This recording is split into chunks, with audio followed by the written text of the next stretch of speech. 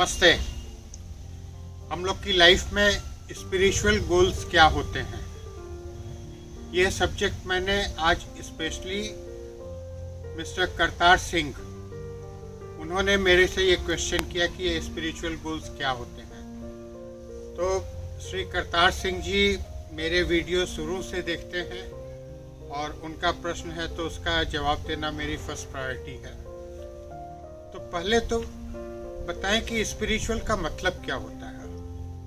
मैंने देखा है, मैं तो इतने देशों में घूमा हूँ, विदेशों में स्पिरिचुअल का मतलब वो लोग लगाते हैं religious, Bible related, Quran related, और अच्छा कोई काम है उसको स्पिरिचुअल काम बोलते हैं।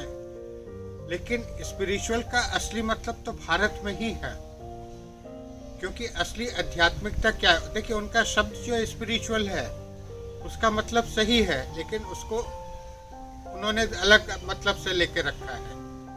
देखिए, स्पिरिचुअल का क्या मतलब हुआ है। स्पिरिट किसको बोलते हैं? आत्मा को। तो anything related to do with the soul is spiritual.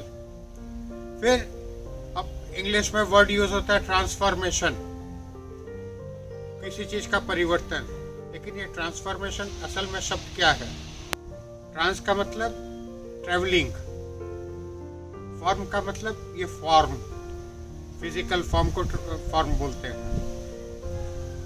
तो transformation, going beyond the form, that is transformation.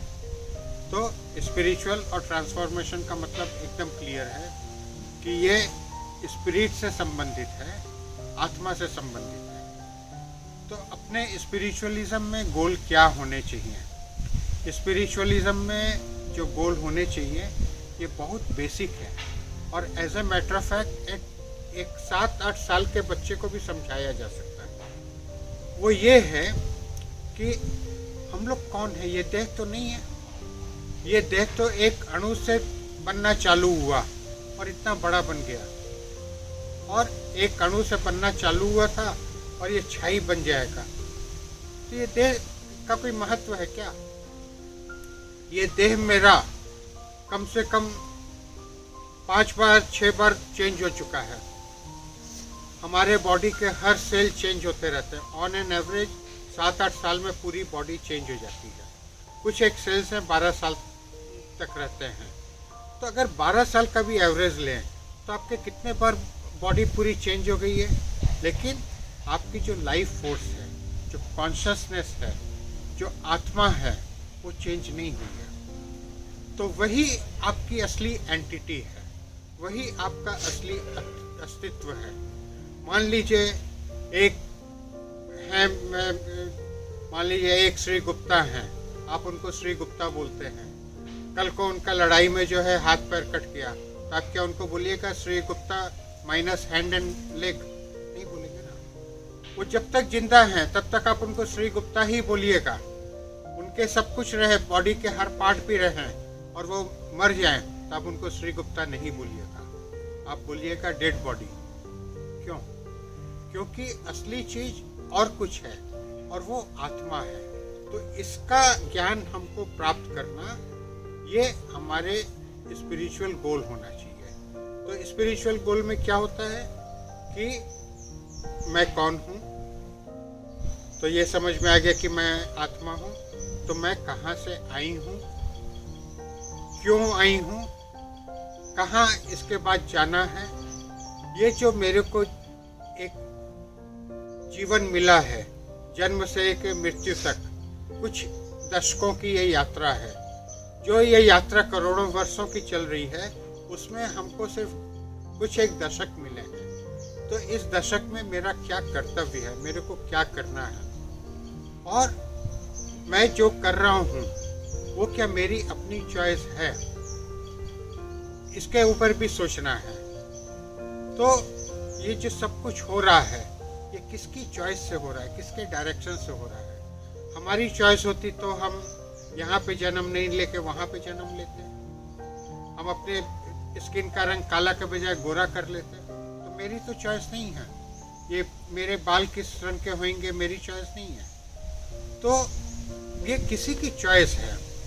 तो वो चीज़ जिसकी भी चॉइस है वो हमसे सुप्रीम है, हमसे सुपीरियर है, तो उसको हम कुछ भी बोलें, उसको हम ईश्वर बोलें, नेचर बोलें, प्रकृति बोलें, अल्लाह बोलें, कुछ भी बोलें, है तो एक अस्तित्व है।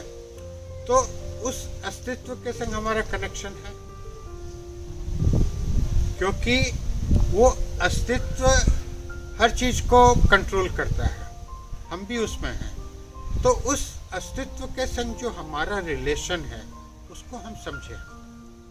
तो क्या होता है कि रिलेशन तो है, मान लीजिए मेरा एक बच्चे का बाप खो गया है, वो बाप को खोज नहीं पा रहा है, बाप उसके सामने है तो भी वो पहचान नहीं पाएगा बाप को, तो लेकिन उसका रिलेशन है। लेकिन जब वो पहचान लेता है तो उस रिलेशनशिप का दोनों को फायदा होता है, नहीं तो ना बाप को फायदा होता है ना बेटे को फायदा होता है। दोनों हो सकता है आसपास ही घूम रहे हों लेकिन एक दूसरे को पहचानते नहीं। तो हम लोग की ज़िंदगी ऐसे गुजर जाती है। वो जो हमारा स्पिरिचुअल बाप है और ये जो मेरी स्पिरिट है, ये दोनों कनेक्टेड हैं, लेकिन हम लोग आपस में एक दूसरे को जानते नहीं हैं, तो हम लोग वो जीवन का आनंद नहीं ले पाते। तो ये जो हम लोग की लाइफ फोर्स है, जो आत्मा है, इसकी क्या आवश्यकता है? आप लोग सब जानते हैं कि ये देह हम लोग का 5 तत्वों का बना हुआ है, जल, अग्नि, वायु, आकाश, पृथ्वी। और इन 5 तत्वों की सारी सृष्टि बनी हुई है। जो भी कुछ हम देख सकते हैं, जो भी कुछ सुन सकते हैं, जो भी कुछ छू सकते हैं, वो सब 5 धातुओं के बने हुए हैं और हमारा देह भी उसका बना हुआ है। तो इस देह को चलाने के लिए हमको 5 तत्व दरकार होते हैं और हम इसको बड़े प्यार से देते हैं। हम इसको पानी देते हैं, खाना देते हैं, अच्छी पोशाक देते हैं, अच्छा बिस्तरा देते हैं, अच्छी अच्छी सीनरी दिखाते हैं, सब कुछ देते हैं। लेकिन ये जो हमारी आत्मा है, जो असली एंटिटी है, जो असल में हम हैं, उसको हम लोग क्या देते हैं? उसकी भी तो खुराक है, उसको भी तो कुछ है चाहिए। और चूंकि हम उसको कुछ नहीं देते हैं, हमारी जिंदगी अधूरी रहती है। उसकी खुराक क्या है? वो 5 तत्वों की बनी हुई नहीं है, उसको आप छू नहीं सकते हैं, उसको आप देख नहीं सकते हैं। तो वो जो है एक एनर्जी है और उसको एनर्जी ही दरकार है। और एनर्जी माने गुण। तो आत्मा को क्या चाहिए? आत्मा को चाहिए सुख, शांति, आनंद। अब ये बोलिए, ये मैंने 3 का नाम लिया, तो ये सुख, शांति, आनंद, ये आपके शरीर को चाहिए ना आपकी आत्मा को चाहिए? तो इसी तरीके से 7 गुण हैं: सुख, शांति, आनंद, प्रेम, पवित्रता, ज्ञान और शक्ति। तो ये 7 गुण हमारी आत्मा को चाहिए, लेकिन हम ये आत्मा को दे नहीं पा रहे हैं। क्यों नहीं दे पा रहे हैं? हम इसलिए नहीं दे पा रहे हैं कि अभी तक तो हम लोग को समझ में नहीं आया था कि हम आत्मा है। फिर जब समझ में आ गया आत्मा है, तो ये नहीं समझ में आया कि आत्मा को क्या देना है। और जब ये समझ में आ गया कि क्या देना है, तो ये नहीं पता कि कहाँ से देना है। अब ये तो हमको किसी सुपरमार्केट में नहीं मिलेगा, अमेज़न में नहीं मिलेगा, किसी दवा की दुकान में नहीं मिलेगा, किसी गुरु के पास नहीं मिलेगा, किसी मंदिर में नहीं मिलेगा, किसी मस्जिद में नहीं मिलेगा। तो ये मिलेगा कहाँ? ये मिलेगा जहाँ पे इन गुणों का खजाना है। और जहाँ पे इन गुणों का खजाना है, उसको या तो हम ईश्वर बोलते हैं या किसी दूसरी एंटिटी के नाम से बुलाते हैं। गॉड भी बुला सकते हैं, अल्लाह भी बुला सकते हैं, खुदा भी बुला सकते हैं। तो ये उस एनर्जी से हमको मिल सकता है। और इसके लिए क्या देना पड़ता है? सुपरमार्केट में तो आपको पैसा खर्चा करना पड़ता है, इसके लिए कुछ नहीं करना पड़ता है, जस्ट आपको कनेक्ट होना पड़ता है अवेयरनेस के साथ। तो ये अपना स्पिरिचुअल गोल होना चाहिए। हम जिंदगी में कहीं भी पहुंच जाएं, हम भारत के सबसे बड़े इंडस्ट्रियलिस्ट हो जाएं, हम भारत के प्रेसिडेंट, प्राइम मिनिस्टर, कुछ भी हो जाएं, वो जो प्राप्ति है, और अगर आत्मा को प्राप्ति नहीं हम दे पाए, तो वो प्राप्ति तो गण्य है, वो तो फिजिकल प्राप्ति है। आंतरिक प्राप्ति तो जब हम आत्मा को संतुष्ट कर पाते हैं तभी है। तो ये अपना स्पिरिचुअल गोल होना चाहिए कि स्पिरिचुअल गोल में हम यहाँ तक अचीव करें। लेकिन ठीक है, अभी यहाँ पे लोगों का सोचना क्या है कि स्पिरिचुअलिज्म हम फॉलो करेंगे जब हमारा कैरियर खत्म हो जाता है, जब हम बिजनेस से रिटायरमेंट ले लेते हैं, नौकरी से रिटायरमेंट ले लेते हैं, जब हम बेकार हो जाते हैं, तब के लिए ये स्पिरिचुअलिज्म है। ठीक है, तब के लिए स्पिरिचुअलिज्म तो है, बहुत बढ़िया है, लेकिन स्पिरिचुअलिज्म हमको शुरू से जानना चाहिए, शुरू से फॉलो करना चाहिए। हाँ, इसकी गहराई क्या होनी चाहिए ये हम डिसाइड कर सकते हैं। हो सकता है कि एक छोटा बच्चा है तो उसको कम से कम ये हम समझा के रखें कि भैया तुम आत्मा हो, तुम ये शरीर नहीं हो। ठीक है, उसको इतनी सब सिखाने की दरकार नहीं है कि तुम कहाँ से आए हो, कहाँ जाओगे, सतोगुण क्या है। जिस तरीके से जब मैं स्कूल में था तो मेरे को मैथमेटिक्स पढ़ाई गई थी, लेकिन वो बेसिक थी, उसमें जोड़ घटाओ गुणा भाग ज्योमेट्री वगैरह थोड़ा सा सिखा दी। लेकिन उसके आगे जब कोई बीएससी करता है विद मैथमेटिक्स ऑनर्स तो उसका सिलेबस इतना बड़ा हो जाता है, जब वो उसमें एमएससी करता है तो सिलेबस इतना बड़ा हो जाता है, पीएचडी करता है किसी सब्जेक्ट पे तो इतना बड़ा हो जाता है। तो स्पिरिचुअलिज्म सबको जानना जरूरी है। कितनी गहराई में कोई जाएगा वो अपनी अवस्था के हिसाब से करे। तो ये है स्पिरिचुअल गोल। मेरे ख्याल में आप लोग को क्लियर हो गया है।